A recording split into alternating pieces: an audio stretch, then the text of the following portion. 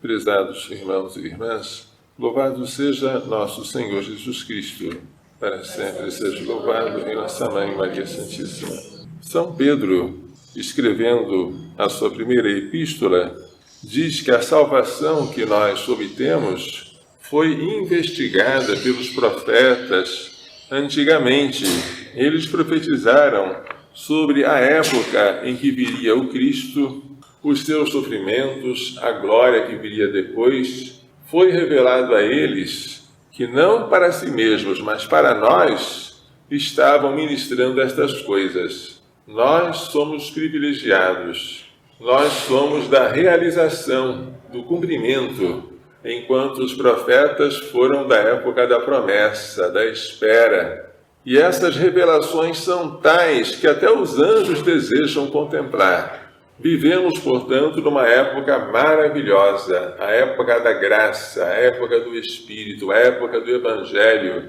O que devemos fazer? Aprontar a nossa mente, sermos sóbrios e colocar toda a nossa esperança na graça que nos será oferecida quando o Senhor Jesus Cristo se revelar. Como filhos obedientes, não devemos mais modelar a nossa vida de acordo com as paixões de antigamente, no tempo da nossa ignorância, no tempo em que não conhecíamos a Deus. Como é santo aquele que vos chamou, tornai-vos santos, porque está escrito: sede santos, porque eu, o Senhor vosso Deus, sou santo. Citação do livro do Levítico. Portanto, é pela santidade que devemos responder a todas as graças que o Senhor nos ofereceu quando veio ao mundo, por nós morreu, ressuscitou, subiu aos céus e enviou o Espírito Santo. O Evangelho traz hoje a continuação do de ontem. O jovem rico havia deixado Jesus triste porque era apegado a muitos bens. E Pedro agora diz: e nós? Nós deixamos tudo para te seguir. Que receberemos em troca?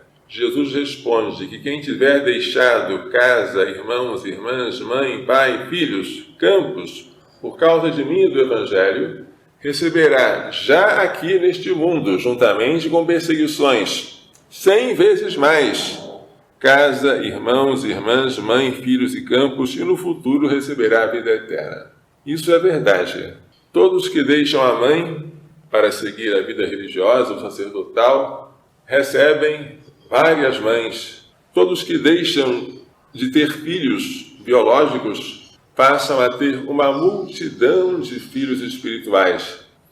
Os irmãos que nós deixamos em casa são substituídos por muitos irmãos que vêm nos acompanhar na vida sacerdotal, religiosa. É verdade que aqui estas recompensas são misturadas com perseguições, mas essas perseguições são passageiras. No futuro, a vida é eterna. E muitos que agora são primeiros serão últimos, e muitos que agora são últimos serão primeiros.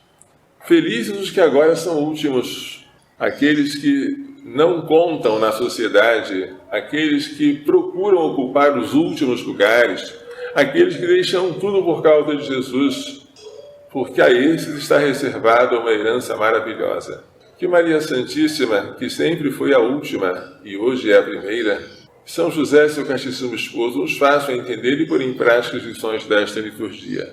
Louvado seja nosso Senhor Jesus Cristo. Para sempre seja louvado em nossa Mãe Maria Santíssima.